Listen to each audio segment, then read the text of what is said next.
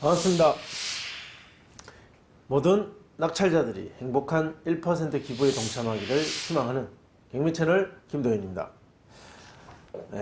이번 경매 사건은 서울 지역 물건으로 하겠습니다. 자, 2019 타경 53,555호.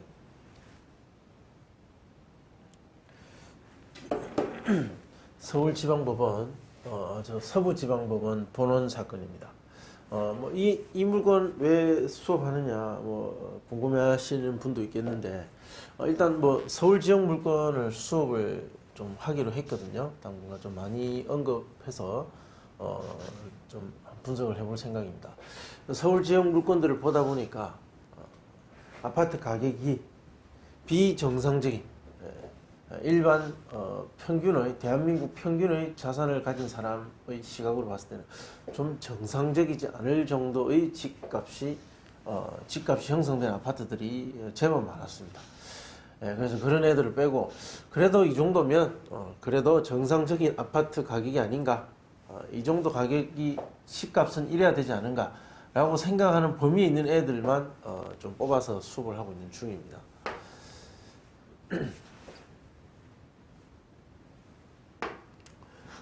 물건의 종류는 아파트, 대지권은 9.5평입니다. 건물 면적은 전용 25.69평, 그리고 토지와 건물은 일괄매각입니다. 일괄매각. 감정가는 3억 7천입니다. 보통 공급 면적 한 32평, 33평 정도 되는 아파트, 감정가 3억 7천. 그러니까 평당 1,000이 조금 넘는 정도의 감정이 되었다. 그러면 이런 가격대의 아파트라면 최근에 서울 집값이 좀 오르니, 6개월 만에 얼마가 올랐니, 이런 기사들이 많이 보이던데, 그럼 서울 서대문구의 홍은동 지역은 어떤 변화가 있었는가? 이제 예상 낙찰가 분석을 하기 위해서 현재 기록된 이 인근의 아파트들, 이 지역의 어떤 데이터들을 수집해서 보는 과정에 있어서 이 지역 아파트의 가격대의 흐름을 어느 정도 짐작할 수가 있을 겁니다. 소유자는 박 누구누구, 채무자도 박 누구누구로 되어 있습니다. 채권자는 손 누구누구. 그러니까 이런 사건은 어떤 개인 채권자, 개인 간의 어떤 거래에 있어서 약속이 이행되지 않아서 그 개인 채권자가 경매를 신청한 사건입니다. 물론 금융권 대출이나 다른 담보가 있을 수 있습니다. 그러나 일단 경매 신청 채권자는 손 누구다 이렇게 보시면 됩니다. 입찰 7일 전입니다. 입찰 7일 남았고 1차입니다. 유찰이 되었다가 낙찰이 될지, 아니면 이 감정가보다 더 써서 제출해야 낙찰이 될지, 자, 그것은 언제 낙찰이 될 거다라는 것은 현재 이 시점의 오늘을 이 시장, 이 인근 지역의 공동주택 가격, 이 공동주택 시장의 가격이 어느 정도 형성되었냐, 그리고 수요층이 어떻게 반응하고 있느냐, 거기에 따라서 결정이 되는 겁니다. 2020년 2월 25일 예정입니다.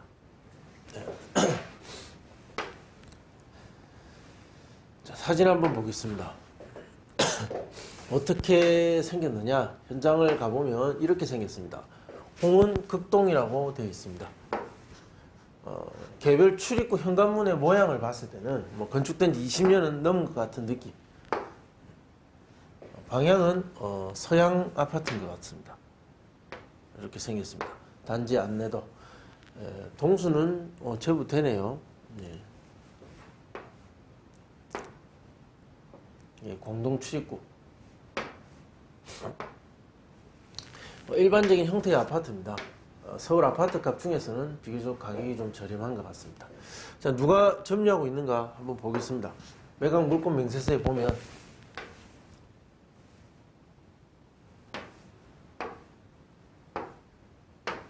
지금 매각 물권 명세서가 안 나오고 있습니다.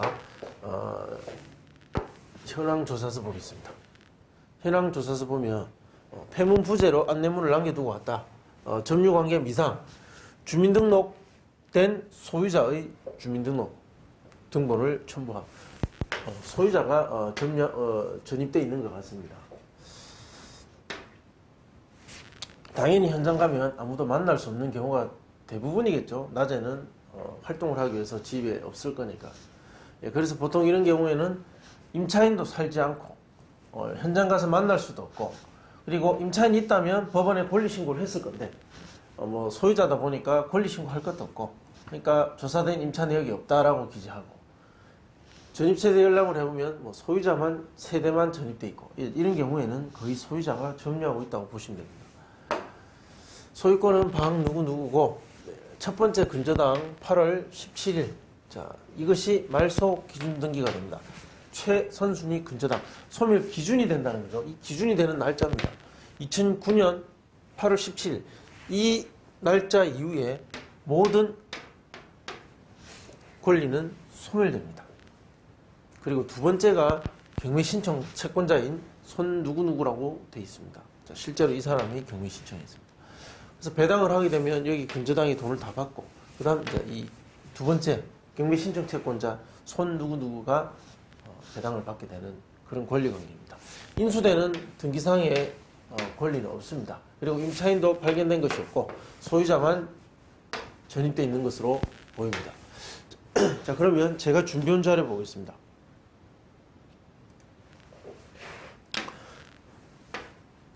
낙찰을 받는다면 매수인이 인수하게 될 부담 무엇이 있느냐?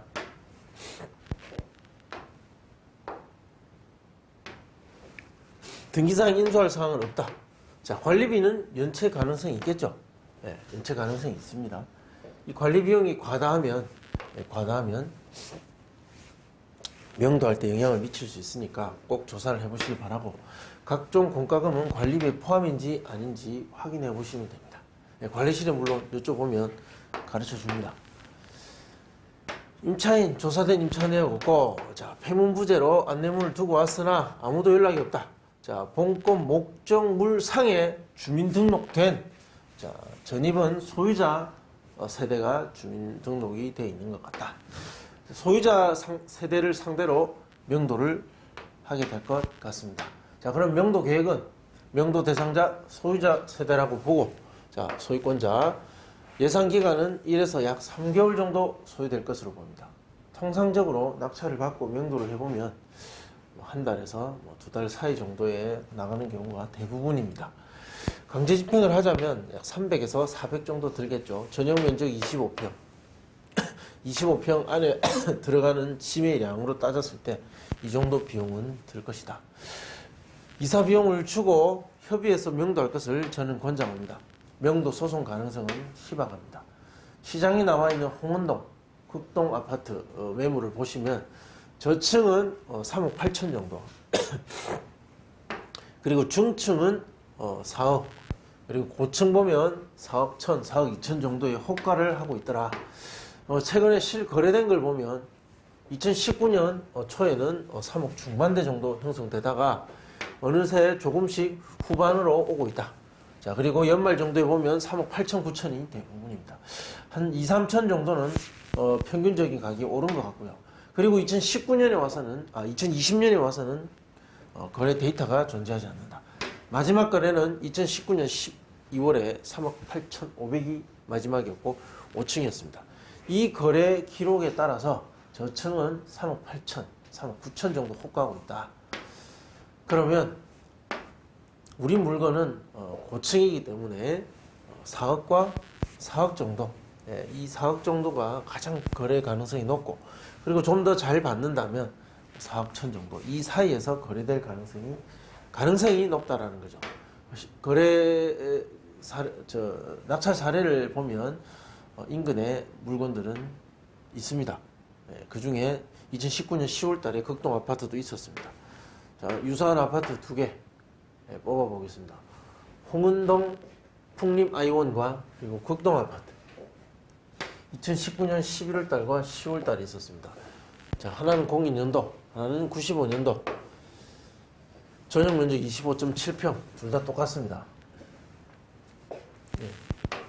9층이고, 우리가 이 11층인가 그런 걸로 아는데, 이 15층으로 되어 있네요. 1층으로 제가 잘못 표기한 것 같습니다. 보겠습니다.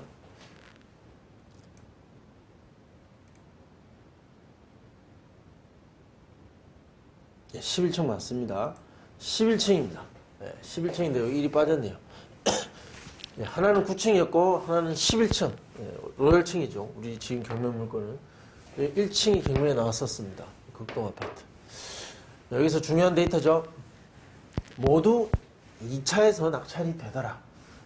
10대 1이었고 16대 1이었다. 2차에서 모두 반응을 보이고 그리고 10대 1과 16대 1이었다. 10대 1과 16대 1은 거주 인구 수로 봤을 때 서울은 실사용자들이 경쟁해서 입찰을 한 흔적이 보입니다. 물론 투자자가 있을 수도 있죠. 제 말은 10대 1, 16대 1이라면 실제 쓰고자 하는 사람들의 어떤 건전한 경쟁률이 아닌가라고 보입니다. 투자자들 그냥 집을 여러 개 사놓기 위한 또는 갭 투자를 위한 이런 사람들의 어떤 참여가 두드러지면 이보다 더 많이 올라갈 수 있겠죠. 저렴한 가격의 아파트다 보니까 실사용자들, 예산이 빠듯한 실사용자들이 어떤 경쟁이 아니었나라고 저는 짐작하고, 감정가가 4억 5,200이고 3억 3,600일 때 이때 거래 가능한 금액은 4억 8천과 3억 5천이었다. 한 2, 3천 정도의 감정과 거래 가능 금액의 차이가 있었습니다. 그때 낙찰가는 4억 6천, 자 감정 넘었습니다. 그리고 3억 3,120, 거의 감정 수준과 비슷했다. 거래 가능 금액 대비 95와 94% 정도 되고, 가중 평균 해보면 95.2, 3% 정도. 자, 하한가 4억을 적용해보면 3억 8,792만 원이죠. 그리고 상한가 적용해보면 3억 9,700. 따라서 중간 가격인 저는 3억 9,500. 자, 그러면 1차에 낙찰이 된다라는 소리입니다. 이 정도 가격대가 가장 가능성이 높지 않은가. 취득세, 국민주택 채권 등기 비용, 그리고 뭐 이사 비용, 이 정도는 반영을 해주셔야 됩니다. 자, 이렇게 정리할 수 있겠습니다. 낙찰가는 낙찰가는 내가 기록하는 것이 아니라 상대방의 머릿속에서 결정된다. 자, 그거 명심하시기 바랍니다. 궁금하신 내용은 댓글 남겨주시면 답변해 드리겠습니다. 조금 구체적으로 질문해 주시면 답변하기가 수월할 것 같습니다. 자, 좋아요, 구독 신청 부탁드립니다. 감사합니다.